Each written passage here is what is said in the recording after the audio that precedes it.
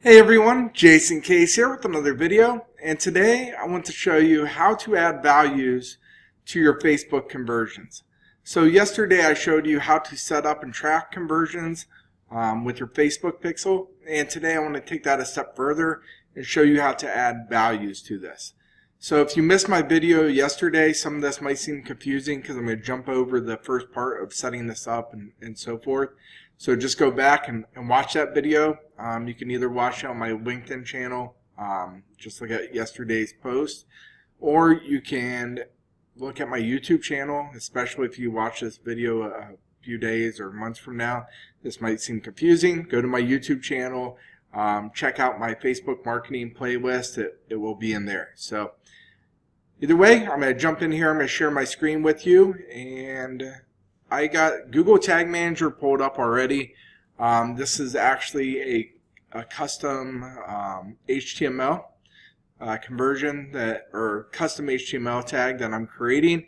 So again, if you missed yesterday, this will make more sense. If you're not familiar with Google Tag Manager, this might be confusing. So go check out my video from yesterday.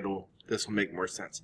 But either way, assuming you saw my video yesterday, I'm just going to jump right to the part where I left off, where you are adding your Facebook pixel script here, and then you're adding your Facebook conversion event code. So let me actually bring this over just as a refresher. Hold on, there we go. So these are your standard events that you can track for conversions. So you can track, lead conversions, completed registrations, anybody that makes purchases, view content, and so forth. So what I want to show you is, let's just say you're adding a purchase conversion or a purchase event code to track purchase conversions. Well, doing this, you can add the value. So let's just say it was, 29.99 was the value of this purchase for this page. Then your currency is whatever, you put that whatever it is, whatever country you're in, you can adjust that for. But this way it'll pass that value back to Facebook. Also, if you're trying to track content, like using the event code for, view content, so that would be this standard event code.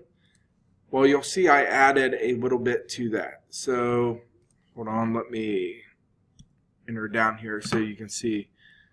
So you'll see that's the I made a adjustment to this code. So that's what I added to it. Let me delete this out so you can see what it normally would have looked like before. I believe that's right. Hold on. Yeah, so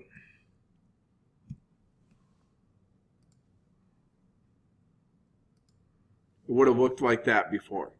But adding this in here, it will pass the type of content back over to Facebook. So maybe you have a webinar, and then you can put that for the content type, and then whatever the content name, so you can, whatever your webinar name is, you can put there. Well, this is great for retargeting, because then you can retarget people based on this, people who have visited this type of content on your website. So what you would want to do is set up your triggering to trigger that based on the page that happens on. So if it's a view content, it's whatever your webinar page is that you'd want that to trigger and fire on. I'm going to take this out for now, and let's just use the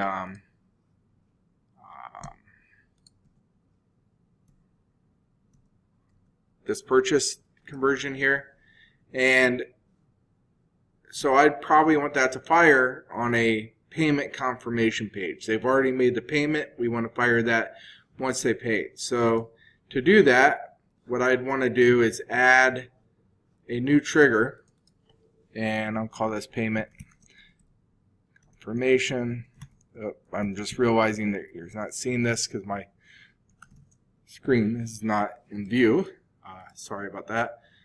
So we're going to do page view, but instead of all pages, we're only going to do some pages. So page URL contains, or you can do equals. So, and let's add something to that.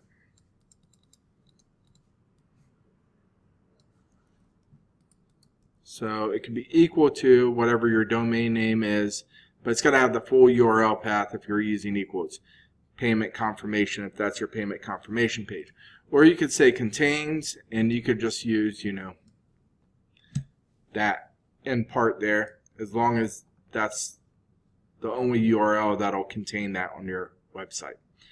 And then you would just save that, and then what you're going to do is that just adds that to that trigger. So anybody that views that page, that's when this is going to fire. So, and pass those values and that conversion pixel or that conversion event over to Facebook. So either way, you would just save that and publish that to your Google Tag Manager, and that's it. So either way, again, if you missed yesterday's tutorial on how to set these up, this will make more sense.